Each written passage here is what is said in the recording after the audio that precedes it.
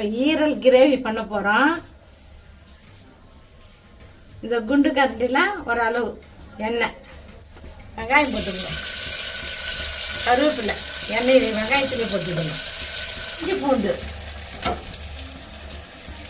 ஒரு 2 ஸ்பூன் அளவு, ஒரு 5 பச்சை மிளகாய் அந்த இஞ்சி பூண்டு கொண்டே போட்டுக்கணும், ஒரே ஒரு தக்காளி, கொத்தமல்லி, புதினா, 1 ஸ்பூன் இந்த அளவுக்கு மிளகாய்த்தூள், இந்த சின்ன ஸ்பூனில் மிளகு ஜீரகத்தூள், தனியாத்தூள் இந்த சின்ன அளவுலேயே ஒன்று போட்டுக்கணும், உப்பு தேவையான அளவு. நான் 1/2 கிலோ ஈரல் வாங்கினேன். அந்த 1/2 கிலோ ஈரல் நல்லா கழுவி சுத்தம் பண்ணி வச்சுக்கிறோம். அதை எடுத்து போட்டுக்கிட்டோம். 100 இல்லை 150 ml தண்ணி 3 விசில் விடுவோம்.